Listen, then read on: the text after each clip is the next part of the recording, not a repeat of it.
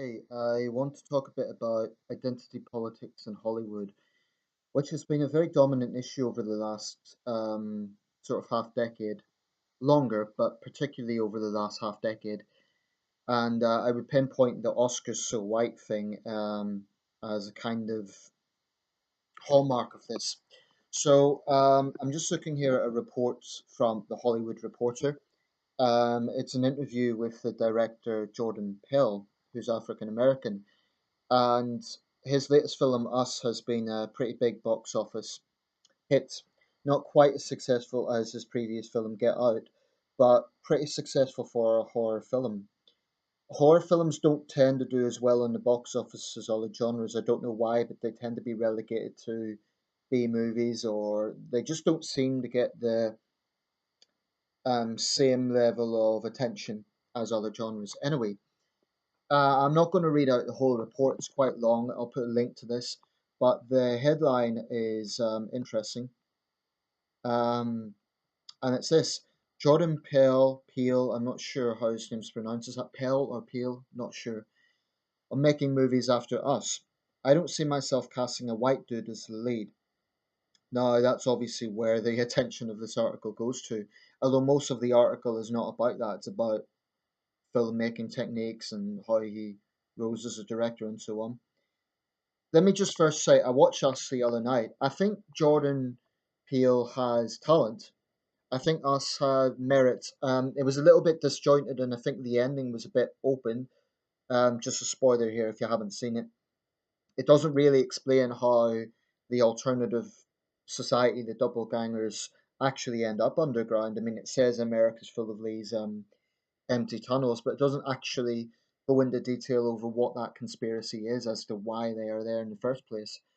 Um, so it was a little bit disjointed. I also feel his character, the father, was a little bit of a pushover. I mean, he just lets the other guy, his doppelganger, kind of attack his family without really putting up much of a fight.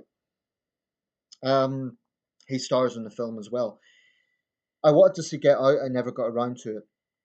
A friend of mine told me that race is a very prominent feature of his films, and I'm really not that familiar with this guy. I think Us is the first film I've seen of his.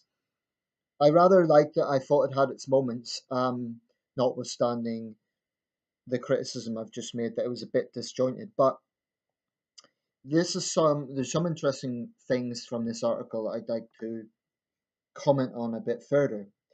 Just speaking about his background here. Okay, here we go. Peel decided he first had to be great and gave himself 7 to 8 years to get there, so he started developing multiple projects simultaneously to see what stuck. Get Out was one of those early scripts. Every 2 weeks I'd go, what the fuck am I doing? I'm writing a movie where a black man is victimized and all the white people are evil, and I'm trying to get the audience to have fun, he recalled. But if you could make that fun, that's what brought me back. So this is coming from him himself. All the white people are evil, and the black guy is the victim. Um, I'm going to expand on that, but I should say this is, I'm only taking extracts from this. But important extracts. Apparently, he's known for doing an impersonation of Barack Obama when he was a senator on Saturday Night Live. Anyway, just going a bit further down the reports.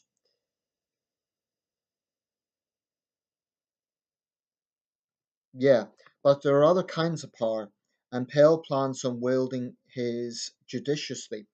One way is to keep putting black faces on the screen in leading roles. The way I look at it, he explained, I get to cast black people in my movies, that's in italics. I feel fortunate to be in this position where I can say to Universal, I want to make a $20 million horror movie with a black family, and they say yes.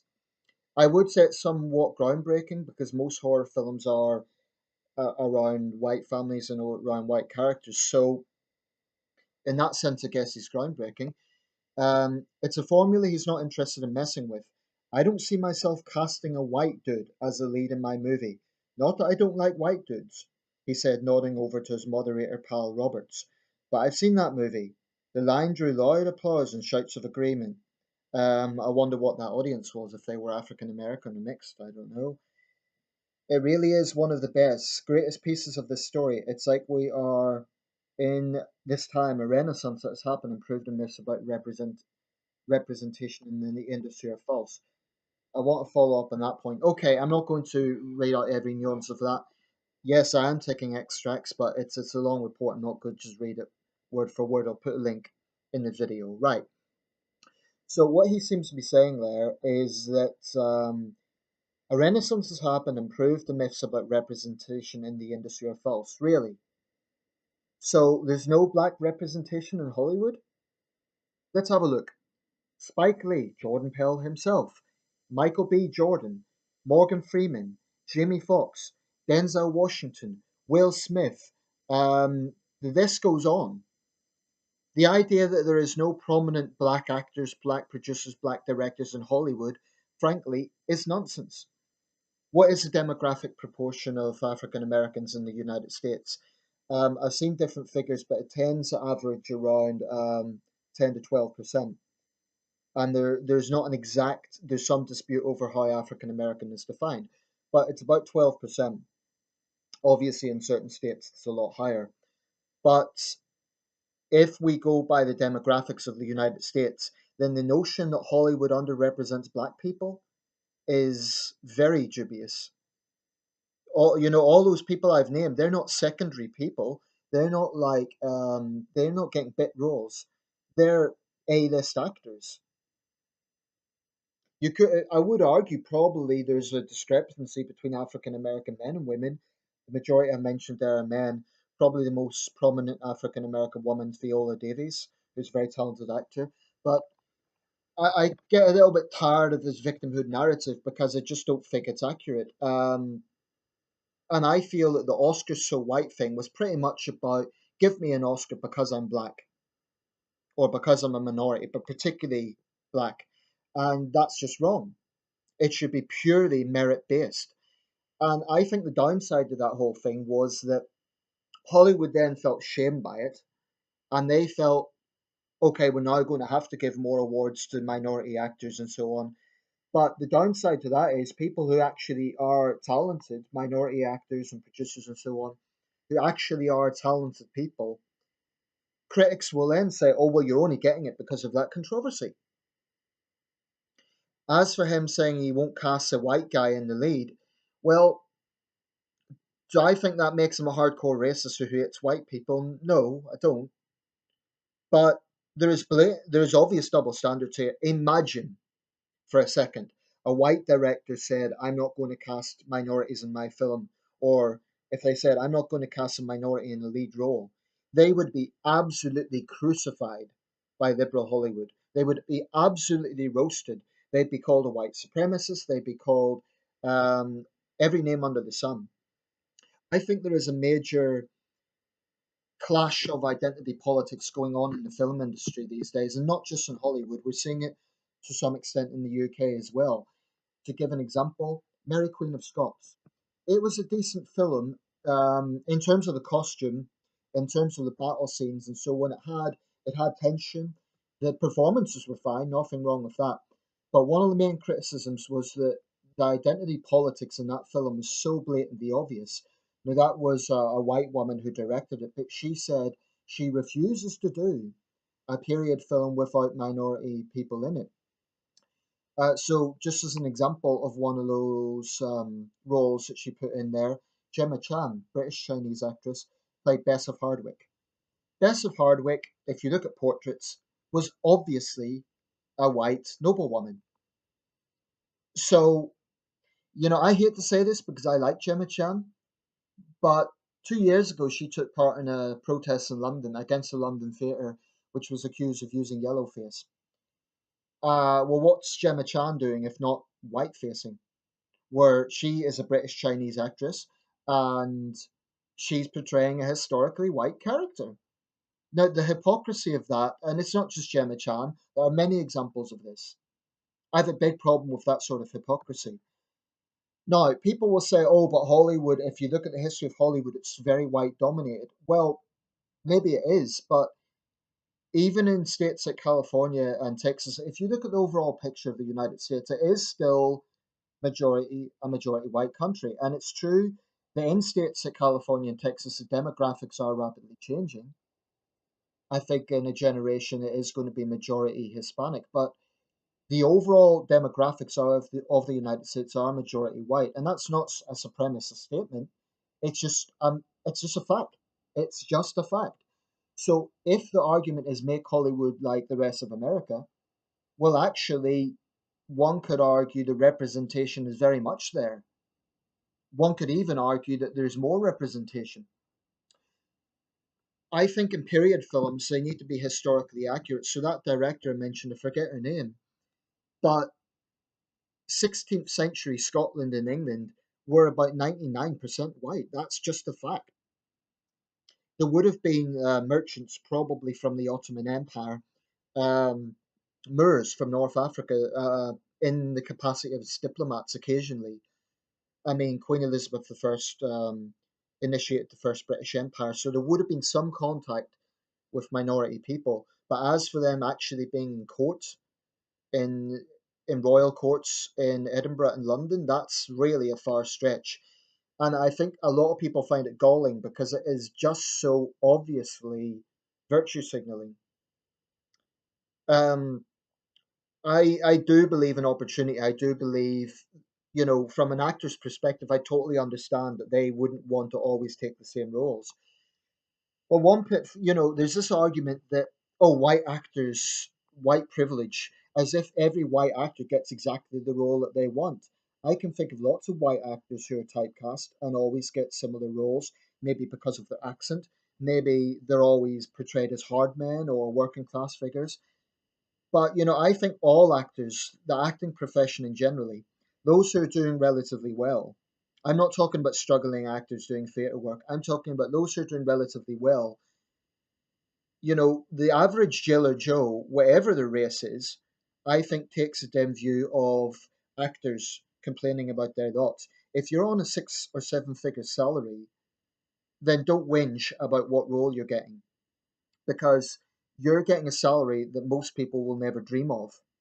And I know it's not just about money, but I think salary is surely one indicator of how well you're doing in a society. It's not the only indicator, but it is one indicator. Um, so this whole identity politics thing, it has totally shackled the film industry in recent years because I don't agree with those who say that all films are bad. Now I've seen some pretty good films, but identity politics has become so dominant that that's all it's about. I mean, you just have to look at the Oscars. All you get is lectures. All you get is constant box ticking. Like how many minority people are in this film? How many minority people are in that film? And it becomes a ridiculous competition. And so that actually takes away the art. It takes away film for the sake of film. I wouldn't want to see films that were just white, although I think historical films, depending on the particular subject, the context matters. I mean, okay, let me give an example. Let's say you're setting a film in Great Zimbabwe, the sub-Saharan African Empire, pre-colonization. That's going to be all black because we're talking pre-colonization. So would I say that's racist because it was all black? No, I'd say that was historically accurate. If you have a film set around civil rights or something like that, obviously it's going to have a diverse cast. But here's another thing, I may as well talk about this. May as well bring this into it. When we talk about more representation and actors not wanting um, stereotypical roles, whatever that means, well, the point is someone has to do certain roles, right? So I think it's a bit rich on one hand to talk about whitewashing, whilst on the other hand saying, oh, I don't want to do that role because that's a stereotype of my people. And it's this whole tribal them and us thing. You can't have it both ways. You can't complain if a white actor gets a part, but then you don't want to do the part because it's stereotypical. I remember having this debate with someone around the time of that London theatre protest, and the impression she was giving, it was a very civil debate, I have to say, but the impression she was giving me was basically nothing, everything was wrong. So whatever the white film establishment, whatever you want to call it, done, it's wrong. If minority actors do get certain roles, then that's criticized because oh, they're stereotypical roles. But if white actors get those roles because they don't want to do it, then oh, it's whitewashing. So say you have a script, for example, where I don't know, there's a Chinese migrant worker. Now, an American Chinese or a British Chinese actor would say, "Oh, I don't want to do that because it's stereotypical." But then obviously a white actor can't do it because they're not, of Asian descent. So I think, frankly, top actors, I'm not talking about struggling actors because I do think that's hard, but actors who are doing pretty well for themselves should think carefully before whinging about their lot because, frankly, they generally, white, black, or Asian, give the impression they're living in a little bubble, they're not living in the real world. And that isn't entirely true because obviously a lot of actors come from varied backgrounds. But if you are on a 6 or 7 figure salary, I mean, you will never get me feeling sorry for someone like Will Smith. He's a good actor, he's done well for himself, and that's great, I don't begrudge him that. He works hard, he's got to the top. But if Will Smith, and I believe he has on occasion, turned round and talks about how racist the film industry is, I take a pretty dim view of that. And that applies to anyone who constantly wallows in this victimhood mentality. So, Jordan Peele, getting back to this article, him saying he won't put white guys in the lead, that's fine, that's his choice. But you can just imagine the double standards of criticism. If a white director said that, there would be protests, there would be calls for his or her head on a plate. It just wouldn't. That's what I cannot stand about identity politics, the blatant hypocrisy of it. It just stinks. It's just taken over the whole film industry. So you feel like you cannot watch an interview, you cannot watch a film review, you cannot watch the Oscars without some ridiculous lecture about the awful white establishment. It just gets very boring after a while. Can we just have film for film's sake for once?